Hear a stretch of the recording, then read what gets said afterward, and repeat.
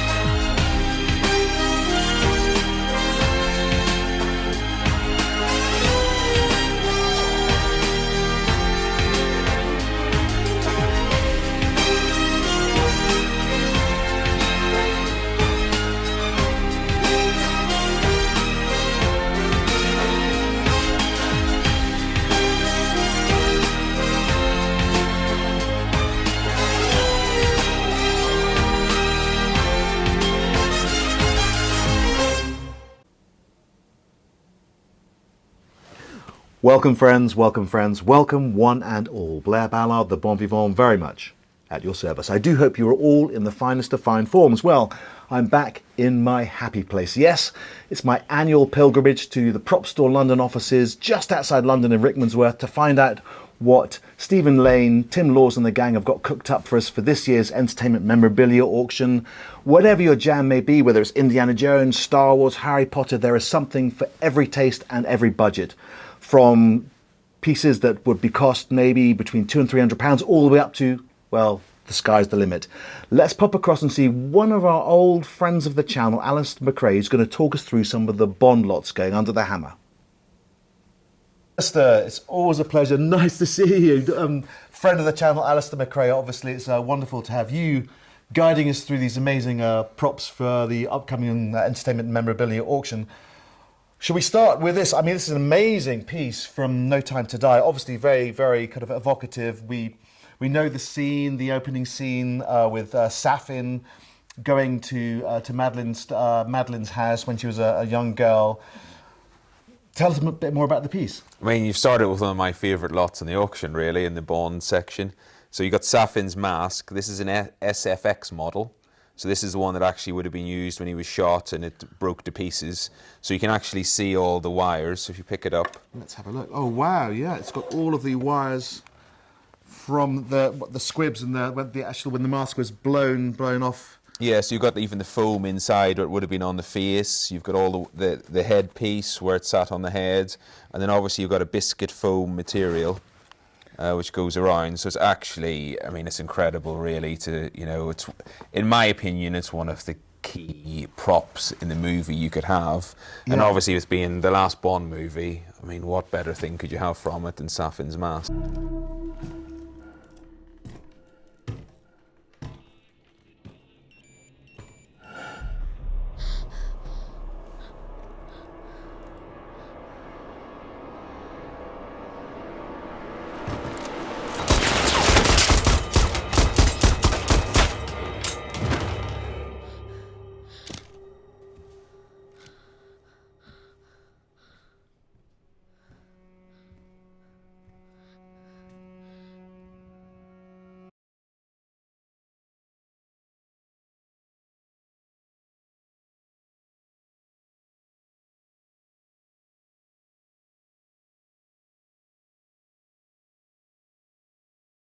See through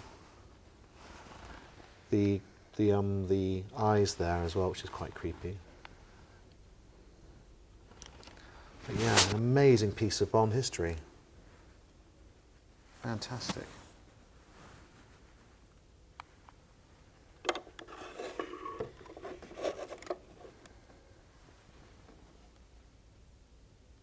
Absolutely. I mean, and as you say, all of the special effects bits and pieces are still there. I mean, I find it very creepy, the actual mask itself, and obviously Rami Malek's quite, he's wheezing and he's like, I mean, that opening scene on the snow is just, I think it's, it set the scene for that movie, and I was actually, whenever I watched it, I was like really excited because I thought he was, a great Bond villain as well. And it just had that sort of bit of fear, from the mask and the unknown of what he was going to be like. Absolutely. I mean, it is quite shocking, and obviously, young Madeline shoots Safin in the face. We think he's dead, but obviously he comes back to life again. And when he's when Madeline's dragging him out across the snow into the ice, and then he has to shoot the ice, and we think she's dead, but it's actually he's rescuing her. It's, an amazing scene, and based obviously on a Japanese no mask. What's the estimate for this one here? The estimate in this one is 10 to 20,000. Wow. I mean, for a slice of Bond history, though, and so kind of like, it's such a prominent part of the film, the pre-title sequence. Perfect thing to have in your collection for a Bond fan. Oh, man. Okay, so let's move on to this group here. We got, now this phone here, obviously, is from Tomorrow Never Dies. It's this is one of the, do you want to open it for me? So it's a resin one, so it's not an actual mobile phone. Right, okay, cool. It's they made 6 special effects ones, 6 of these kind of like... so 6 stunt and 6 SFX, so 12 in total. And this is one of them. So this is, the resin one, fingerprint scanner, and obviously used with the BMW. Yeah, an amazing scene. Yeah, that was I love shot that at Brent scene. Cross, wasn't it? The actual, but it's based in Hamburg. But so it's got key moments in the film. Obviously, you've got the electric shock when he's got to get away from the hitman who's just killed Paris Carver, controlling the BMW as well. That's a brilliant scene. I love that. Love that scene.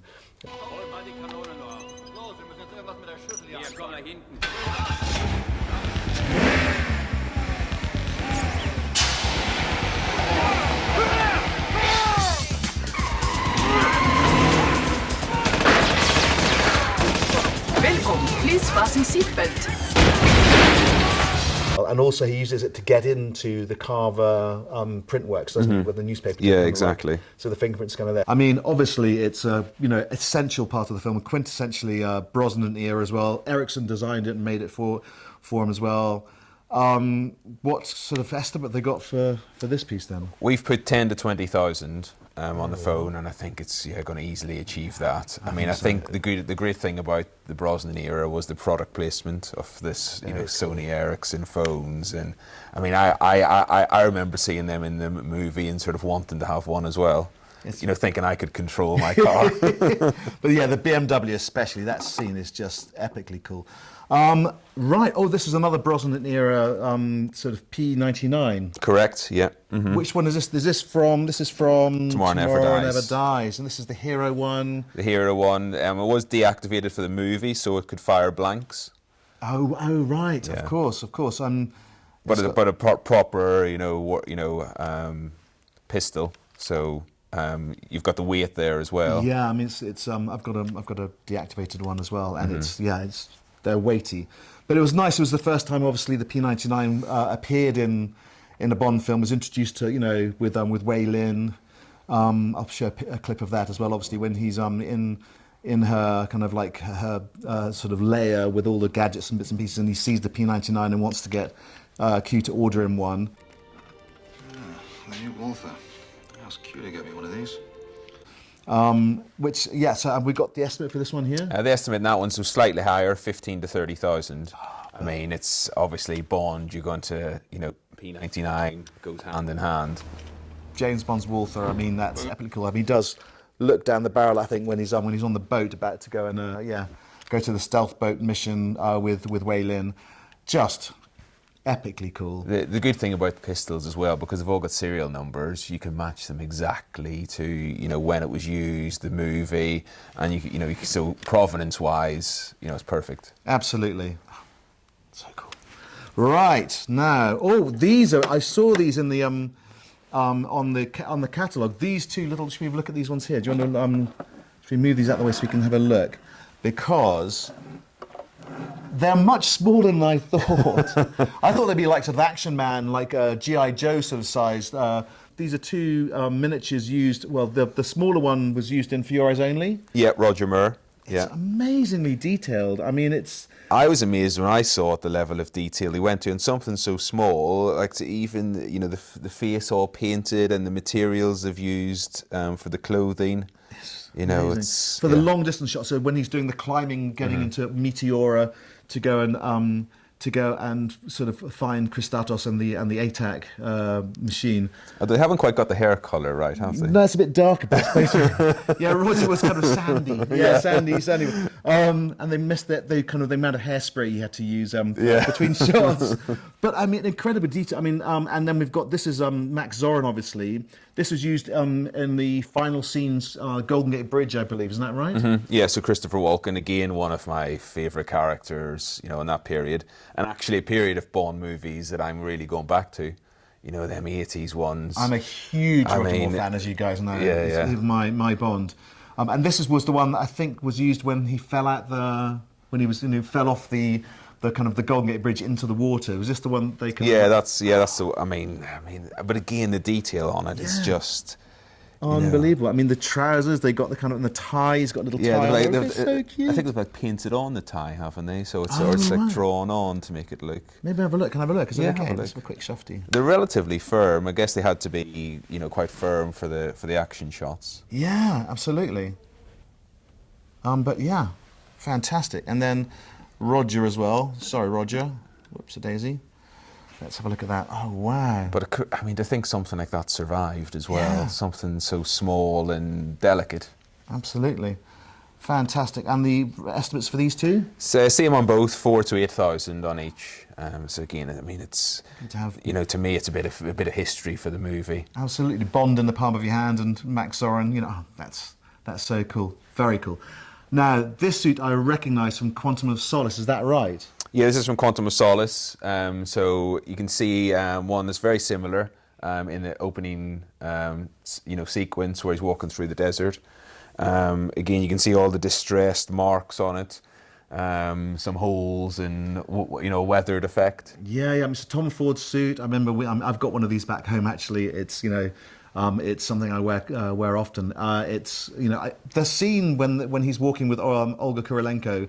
After they've dived out the plane and without a parachute, they managed to get one parachute and just land in time, and then they're walking through the desert. Always reminds me of the scene from The Spy Who Loved Me with Barbara Bach and Roger Moore walking in the desert in Egypt, and I just think they may have used that as a sort of paying homage to that as well. I think so.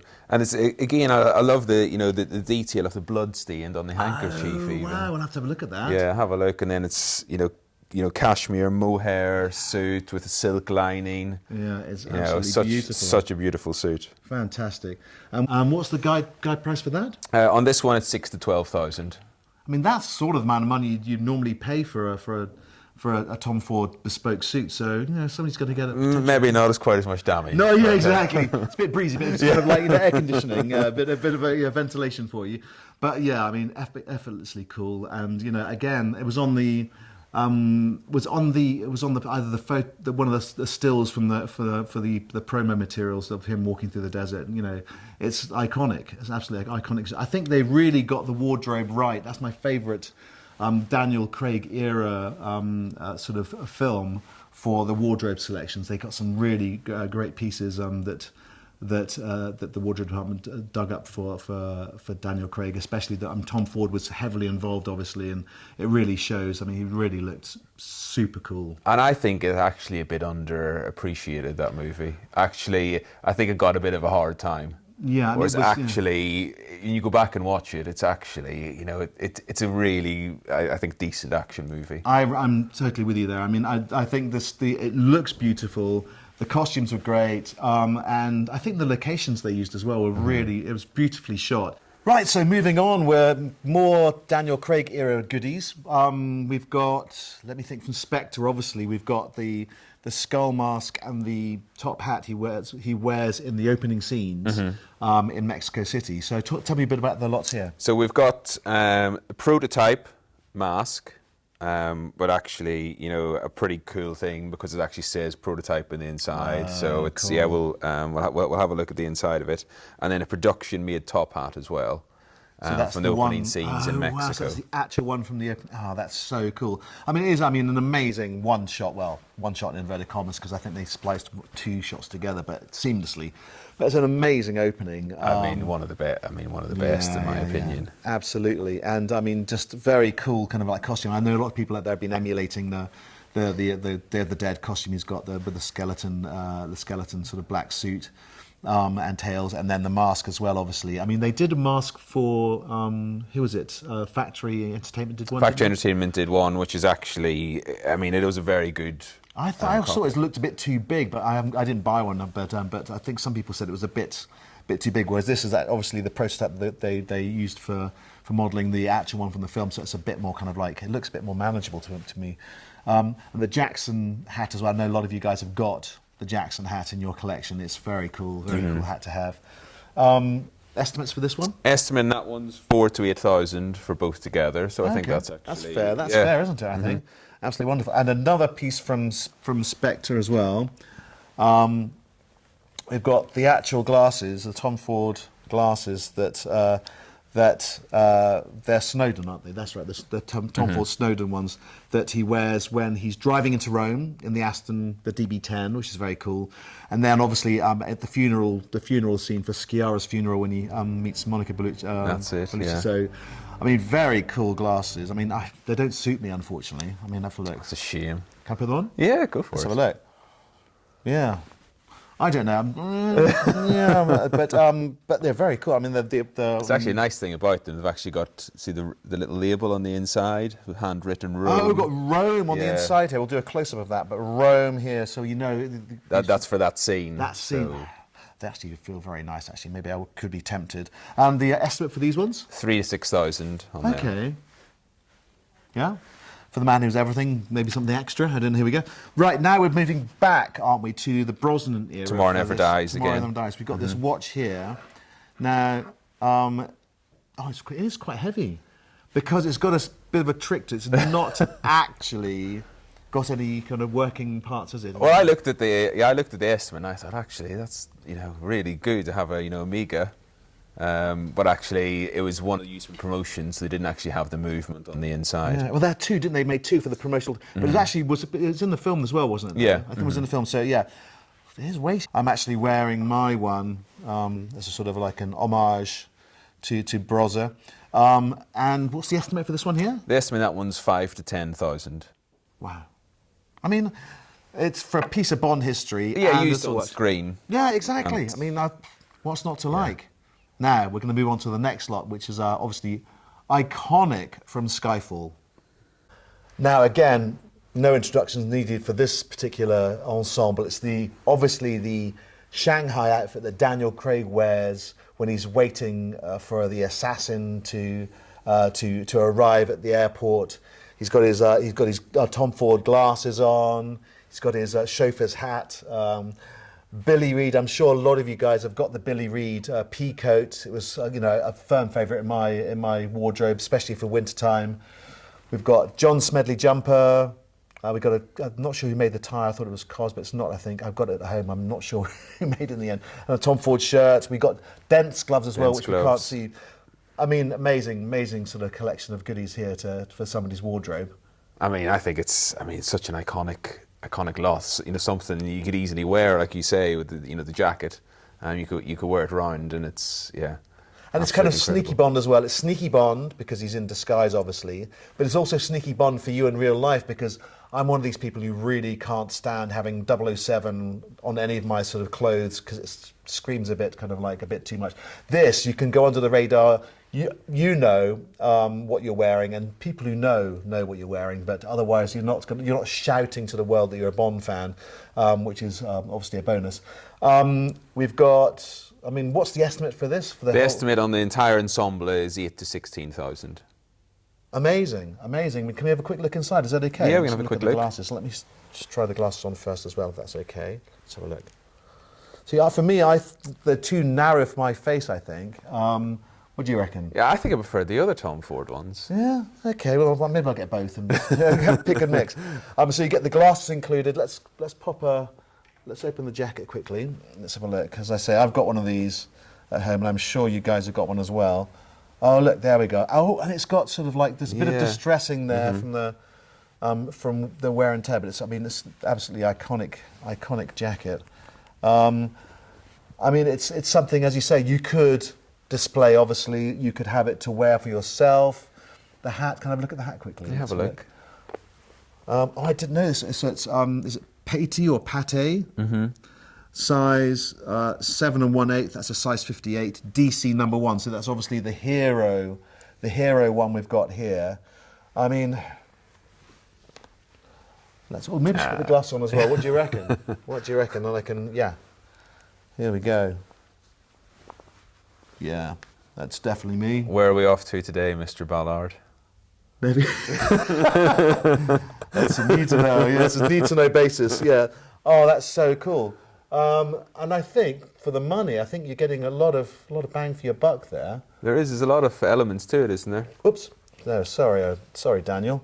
But there we go. Okie dokie. Now we've got one extra little item which we haven't got on a plinth, which we're going to show you right now. But it's from the Brosnan era. Let's have a look. Here we go.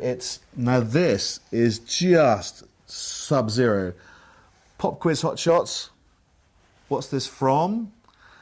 That's right. It's from GoldenEye. It's the exploding pen that Brosnan uses. Sort of introduced, obviously, with Q Branch with Desmond Llewellyn, and the rest of the writings on the wall along with the rest of him. A pen. This is a Class 4 grenade. 3 clicks, arms the 4-second fuse. Another 3 disarms it. How long did you say the fuse was? Oh, grow up, 007. They all said the pen was mightier than the sword. Thanks to me, they were right. Look, let's ask Fred here to demonstrate for us. Here we are. Sorry about this, Fred. 1, 2, 3.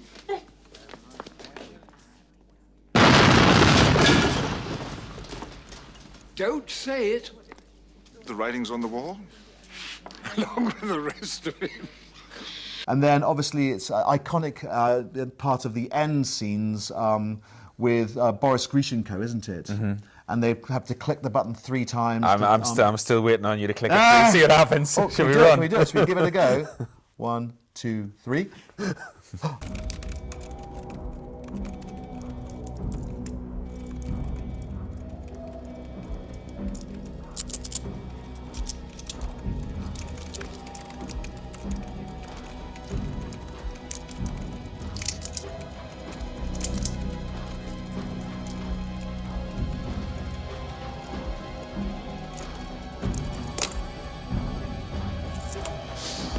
Tell it now!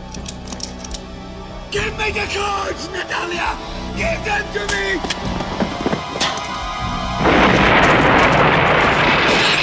See what happens. Shall we run? Can we do it? Should we give it a go? 1, 2, 3. 1, 2, 3. That's so cool. Now, the interesting thing as well, I noticed from the information, there was a red LED. We'll get a close-up of that. There was a little light there, and that's what the wires are for. There was a little indicator, like would flash, wouldn't it flash red? Flashed, yeah. To let you know that the actual pen was armed. Now, we didn't see that in the film. But amazing to know, this is the actual special effects pen that was used. The wiring would presumably go up your sleeve or in your pocket or whatever.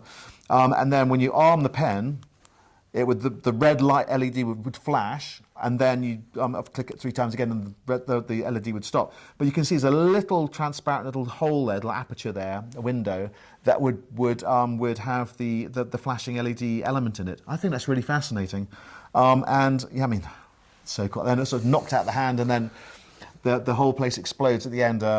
Sean Bean's lair. I mean, it's just it's so cool. So you can see that's where the little window with the LED light that would flash red when it's been armed. But we don't see that in the film, but that's what all the wiring, the battery feed is for, to be able to power that little LED. Then we've got 1, 2, 3 clicks to arm, 2, 3 clicks to disarm. I mean, just absolutely iconic. Brilliant. What's the estimate for this? The estimate on this is 2,000 to 4,000. I think that's it's an absolute bargain, if you ask me. I mean, it's such a crucial part of the film. You've got the kind of Bond element, the kind of like the Q branch element with the actual LED light that was flashing. I presume would it work if you put the battery on it? Is it still functioning? It's not functioning as as we can. I mean, it's obviously got a bit of age to it. Sure, but I mean, it's so I'm sure I remember being at school clicking my pen. Yeah, I know, doing the same thing. Click, click, click, click, click, click. Oh, that is so cool. Now, that's the end of our Bond lots, but we've got an extra little surprise for you guys. One of them has got a very strong Bond link for the Bond actor, but we'll pop across to this table. Prepare to set your faces to stunned. He's no use to me dead. Sorry, I could not resist. This is a huge moment for me. Well, does it need an introduction? I mean, it's Boba Fett's blaster from The Empire Strikes Back, his actual blaster. Tell us about the history of this amazing piece you've got here. I mean, it's just incredible to have this in front of us. So this is original World War I flare gun that's been custom made for the movie Empire Strikes Back with some additions put on for it. This is one off one. He only had one gun that he carried, a rifle in the production, and this was it. So this is your only chance to get one. And, I mean, incredible piece of movie history. I mean, it's just, is it Boba or Boba? With the jury still out. I always used to call him Boba Fett when I was young, and you did as well. I called him Boba, but I think we go now. We go now with Boba. The American Boba Fett. Yeah, but, I mean, just the baddest badass in the galaxy. I like the fact they kind of revived him for his own series, and also for The Mandalorian. I'm not sure it really worked with his actual The Book of Boba Fett, him becoming a bit more tame and just sort of like a town council or whatever. But the fight scenes from The Empire Strikes Back and the Return of the Jedi as well. Was it a different blast of Return of the Jedi for the? Because they had a bit at the beginning and the front got cut off, and I can't remember if that was a. But this is the actual one from The Empire Strikes Back. Empire Strikes Back. There's only one, because they didn't think he was going to be a big character. You were saying earlier on. No, they didn't think it was going to be. It was kind of a background character that kind of came into his own in the movie, and then there's this massive following for the character now, and even still lives on to today. But actually, testament to the Propstore staff. They've screen matched it. Obviously you've got the wood grain with the the chip of the wood, so everything matches. The serial numbers 31275 match exactly against the archives. So they've went through the archives and checked photo matches, and this is it. This is your chance. May I pick it up? You may pick it up. It's very heavy. I will. Okay, right. Let's have a look. An actual World War I flare gun. Wow. It's just, oh my God. It's just, he kind of fires it like this as well sometimes. Can you imagine carrying that around filming? No, it's just so cool. Yeah. A bit, but oh my goodness me. Oh, that's so cool. He's no use to me dead. I really was, sad when they used Temuera Morrison's. They dubbed the original voiceover because I thought the original one was really kind of gravelly and red. Yeah, but this is so the flare gun portion up to here is you saying that's the original. Yeah, and that's the addition and the scope as well, and obviously a few extra pieces added on. We'll get some nice close-ups for all you Star Wars fans out there as well. But the Bond link, obviously, Jeremy Bulloch was Smithers in the Roger Moore era. Bond films, and he played Boba Fett. Thank you. Smithers, how's the arm? Coming along very nicely, thank you, sir. That'll come in handy. Hello, Smithers. Commander.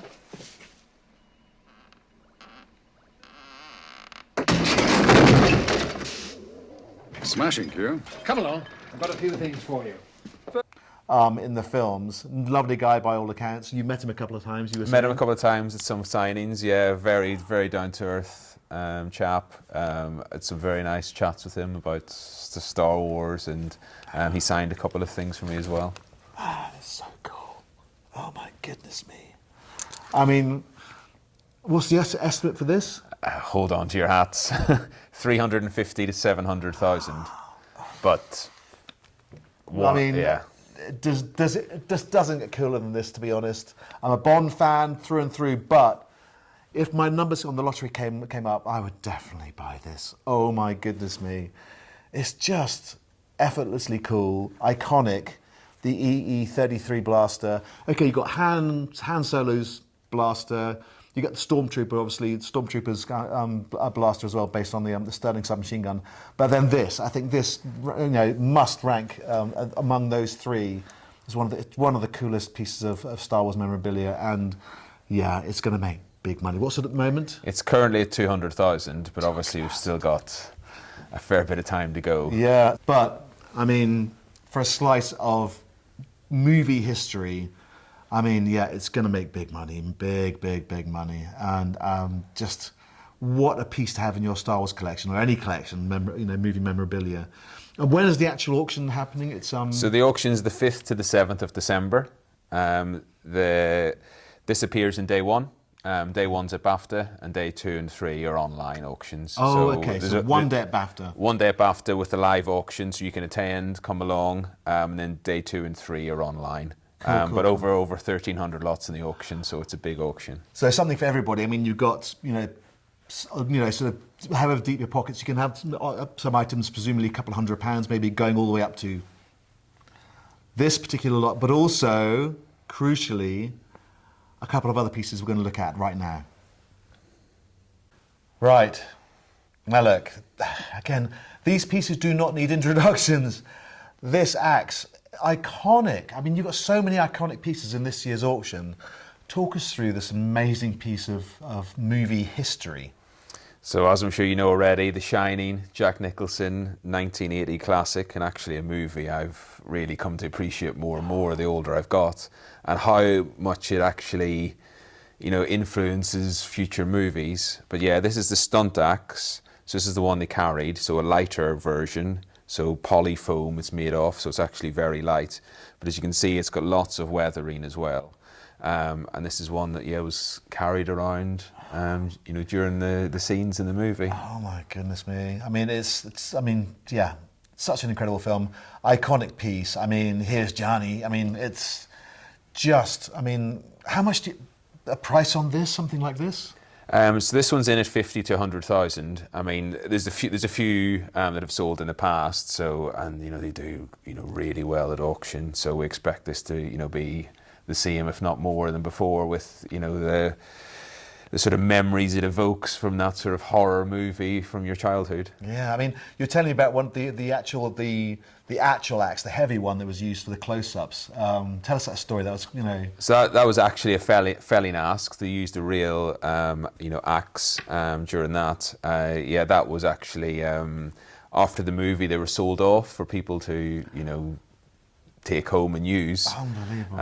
And there was one that was actually sold a few years ago, which actually, was one that was used in the movie, and the gentleman had it in his shed, and he was using it to chop wood. Crikey. So 50 to 100,000 pounds. I mean, having that in your display, it's just mind-boggling. But we have one more piece to show you, which again, icons. Fortune and glory, kid. Fortune and glory. Now, I'm humming to myself internally, boom, dun, dun, dun, dun, dun, dun, dun, dun. I mean, it's just like... So, again, Alastair, talk us through this iconic piece. Indiana Jones, Temple of Doom, Harrison Ford. I mean, again, it's iconic piece after iconic piece. The fedora hat. What more needs to be said? I mean, you have the jacket to go with it. Yeah, I got my son the West End jacket that they did, the original leather jacket for Raiders, and I got my son when he was like 6. They did a junior one I got from him, and he's now got the grown-up one as well. So he's absolutely gutted he's not here today. But to see this, I mean, to see it, can I pick it up? Is that okay? Yeah, you can pick it up. Yeah. There we go. Look at this. Fortune and glory, kid. Fortune and glory. I mean, oh my goodness me. How cool is that? We're going to cut in this, the inside as well. Is it going to focus in okay? IJ? Is it working? Yeah. There's IJ there for Indiana Jones. Fantastic. Fantastic. Coming here every year, my pilgrimage to you guys here at Propstore. It's always an incredible experience. I'll post all the details about how you register. You can bid online, or you can, as you say, you can turn on the first day. It's a live auction in Bafton. Do people have to book for that, or can they just No, turn you up? can just turn up. You can sit and watch the auction, see what all these great items sell for, and just experience the excitement and maybe have a bid on something as well. Oh yeah, my brother bought some contact sheets, some Bond contact sheets. One of the auctions in the past live, and it was just great evening. Got like food and drinks, and you can meet fellow fans and collectors like us. I'll put the details on how to register for the online bidding, which is for the other two more days after that. Yeah, so 3 days. 3 days. So Yeah, 3 days in total. Second to third days you can register online. Obviously, you can always contact the guys here at Propstore if you've got any questions about any of the particular items, the lots going under the hammer. But I mean, I'd just like to say a huge thank you, first of all, to Stephen Lane and Tim Laws and Miranda McCabe, but obviously to the man himself, Alastair McCrea. It's such a pleasure. Always great to see you. Thanks so much. Great friend of the channel. So, from Alastair and myself, Blair Ballard, the Bond Vivant, bidding you a very Bond farewell. Stay safe, my very good friends. Thanks, mate. Now, if you've enjoyed this video, please do consider smashing those like and subscribe buttons. Do turn on notifications so you know when the next video drops. Also, leave some comments down below as to any videos you'd like to see in the future. But for now, stay safe, friends. We'll see you next time.